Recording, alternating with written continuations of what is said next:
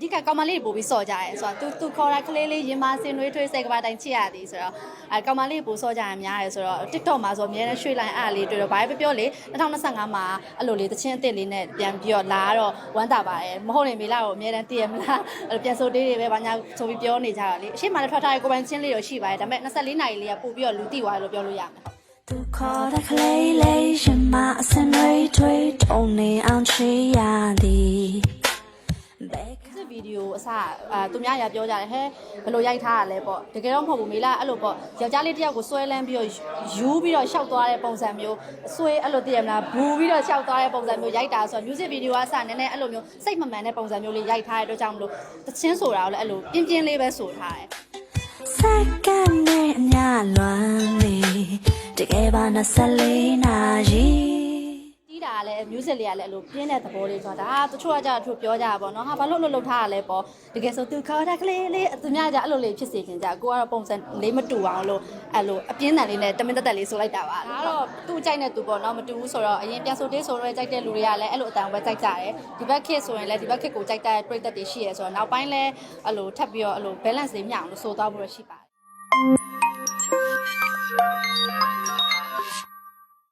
2025မှာတော့မီလာဟိုပေါ့နော်အဆိုပိုင်းလည်းပါမယ်နောက်တရုတ်ဆောင်ပိုင်းလေးလည်းပြိသက်လေးတွေနည်းနည်းလေးချပြခြင်းတယ်ပေါ့နော်အဲ့တော့ထွက်လာရင်လည်းအားပေးပါလို့မီလာရိုက်ထားတဲ့ဇာတ်ကားလေးလည်းအခုဂျားထဲမှာဆို5ကားလောက်တော့ရှိပါတယ်ဒါပေမဲ့အဲ့ဒါလေးတွေကမထွက်သေးဘူးပေါ့နော် application အနေနဲ့အဲ့လိုမျိုးပဲလာမလားဒါမှမဟုတ်တစ်ခုအသီးသန့်အနေနဲ့လာမလားဆိုပြီးတော့လည်းမသိသေးဘူးပေါ့နော်အဲ့တော့ထွက်လို့ရှိရင်တော့အားလုံးအားပေးကြပါလို့ပြောချင်ပါတယ်ဇလန်တွဲအနေနဲ့ဆိုရင်တော့ဒါကတော့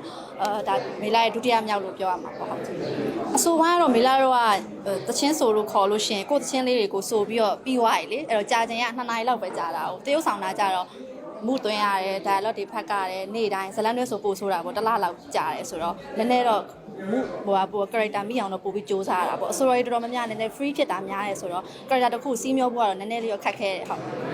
ကြိုက်သွားပြီအဲ့လိုမနက်ထဲကအလုပ်ကရှိနေတော့လေအဲ့လိုပြင်းချိန်မရတော့ပေါ့တချင်းဆိုတာကြာမေးလာတော့ညဘက်ပို့ဆိုရတာများတော့မနက်ပိုင်းဆိုနည်းနည်းပြင်းတာပေါ့နော်အဲ့လိုလေးရှိတော့ဒါကြတော့နှစ်ခုအဲ့လိုလေး balance ပြအောင်လုပ်သွားတဲ့အခါမှာပြင်းချိန်မရှိတော့ဖုန်း3ချိန်နဲ့ရော့သွားတော့ညလုံးလေးလည်းနည်းနည်းကောင်းသွား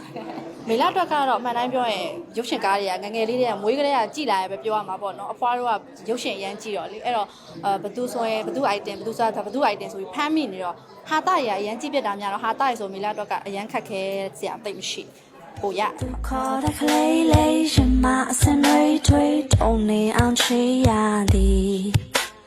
သိနာရတော့ဒါမေလာလည်းအရှိမထွက်ခဲ့တဲ့ကိုပိုင်ချင်းအစ်စ်လေးတော့ရှိတယ်ဒါပေမဲ့ပြိတ္တတွေနည်းနည်းလေးတွေတော့တိတယ်လို့မတိတယ်လို့လေးဖြစ်တာပေါ့နော်ဒါပေမဲ့ဒီ24နိုင်တချင်းကကိုဇွဲအောင်ရေးပေးထားတဲ့တချင်းလေးအဲ့တချင်းလေးကိုမေလာထုတ်လိုက်တယ်ပေါ့အဓိကကောင်မလေးပို့ပြီးစော်ကြရဲဆိုတော့သူခေါ်တာကလေးလေးရင်မစင်နွေးထွေးစိတ်ကဘာတိုင်းချစ်ရသည်ဆိုတော့ကောင်မလေးပို့စော်ကြရများရဲဆိုတော့ TikTok မှာဆိုအများနဲ့ရွှေ့လိုက်အားလေးတွေ့တော့ဘာပဲပြောလေ2025မှာအဲ့လိုလေးတချင်းအစ်စ်လေးနဲ့ပြန်ပြီးတော့လာတော့ဝမ်းသာပါတယ်မဟုတ်ရင်မေလာကိုအများတည်ရမလားအဲ့ပြန်ဆိုတေးတွေပဲဘာညာဆိုပြီးပြောနေကြတာလေအရှိမလည်းထွက်ထားတဲ့ကိုပိုင်ချင်းလေးတော့ရှိပါတယ်ဒါပေမဲ့24နာရီလေးကပို့ပြီးတော့လူတိသွားတယ်လို့ပြောလို့ရမယ်ဟုတ်စက္ကန့်နဲ့အညလွမ်းနေတကယ်ပါ24နာရီအဓိကဒီသချင်းလေးကမြူးတဲ့သချင်းလေးဆိုပေမဲ့နည်းနည်း vibe မတူတဲ့ပုံစံမျိုးလေးသွားတာဆိုတော့မေလာ music video အစသူများရပြောကြတယ်ဟဲ့ဘယ်လိုရိုက်ထားရလဲပေါ့တကယ်တော့မဟုတ်ဘူးမေလာအဲ့လိုပေါ့ယောက်ျားလေးတယောက်ကိုဆွဲလန်းပြီးတော့ယူပြီးတော့ရှောက်သွားတဲ့ပုံစံမျိုးဆွဲအဲ့လိုသိရမလားဘူပြီးတော့ရှောက်သွားတဲ့ပုံစံမျိုးရိုက်တာဆိုတော့ music video ကအစနည်းနည်းအဲ့လိုမျိုးစိတ်မမှန်တဲ့ပုံစံမျိုးလေးရိုက်ထားတဲ့အတွက်ကြောင့်မလို့သချင်းဆိုတာကိုလည်းအဲ့လိုပြင်းပြင်းလေးပဲဆိုထားတယ်တီးတာကလည်း music လေးကလည်းအဲ့လိုပြင်းတဲ့သဘောလေးဆိုတာဒါတချို့ကကြာသူပြောကြတာပေါ့နော်ဟာဘာလို့လုပ်ထားရလဲပေါ့တကယ်ဆိုသူခေါ်တာကလေးလေးသူများကြအဲ့လိုလေးဖြစ်စေချင်ကြကိုကတော့ပုံစံလေးမတူအောင်လို့အဲ့လိုအပြင်းထန်လေးနဲ့တမင်တက်လေးဆိုလိုက်တာပါဒါတော့သူ့ကြိုက်တဲ့သူပေါ့နော်မတူဘူးဆိုတော့အရင်ပြန်ဆိုတေးဆိုတော့ကြိုက်တဲ့လူတွေကလည်းအဲ့လိုအတန်ပဲကြိုက်ကြတယ်ဒီဘက်ခစ်ဆိုရင်လည်းဒီဘက်ခစ်ကိုကြိုက်တဲ့ပြိသက်တွေရှိရဲဆိုတော့နောက်ပိုင်းလည်းအဲ့လိုထပ်ပြီးတော့အဲ့လို balance လေးမျှအောင်လို့ဆိုသွားဖို့ရှိပါတယ်လို့တချင်းတစ်လေးလည်းအများကြီးရှိပါတယ်အဲ့လိုတောင်ပေါ်သားကိုကျူးထားတဲ့တချင်းလေးတွေတို့အဲ့လိုမျိုးလေးပေါ့နည်းနည်းအဲ့လိုချစ်တာတို့မြစ်တာလေးတို့အခုကအချစ်နဲ့ပတ်သက်ရင်ကောင်မလေးကောင်လေးကပိုပြီးကြိုက်ကြအများကြီးလေတချင်းအပျော်တချင်းတဲ့သူကအဲ့လိုမျိုးလေးစိုးရပြီးတော့ခံစားပြီးဆိုတိတ်ကြိုက်တော့အဲ့လိုလေးဆိုရင်ထွက်ဖို့ရှိပါတယ်ဟုတ်အမှတ်တရတော့အများကြီးဖြစ်ပါတယ်တော်တော်များများလည်းတီးကြရတဲ့အတွက်ကြောင့်2025မှာမေလာရဲ့တချင်းအစ်စ်အမှတ်တိုင်လေးတစ်ခုအနေနဲ့ရှိပါတယ်အဲ့တော့ရုပ်ရှင်နဲ့ပတ်သက်ရင်လည်းအဲ့လိုအမှတ်တိုင်လေးဖြစ်ချင်တဲ့အတွက်ကြောင့်မလို့စူးစမ်းနေပါတယ်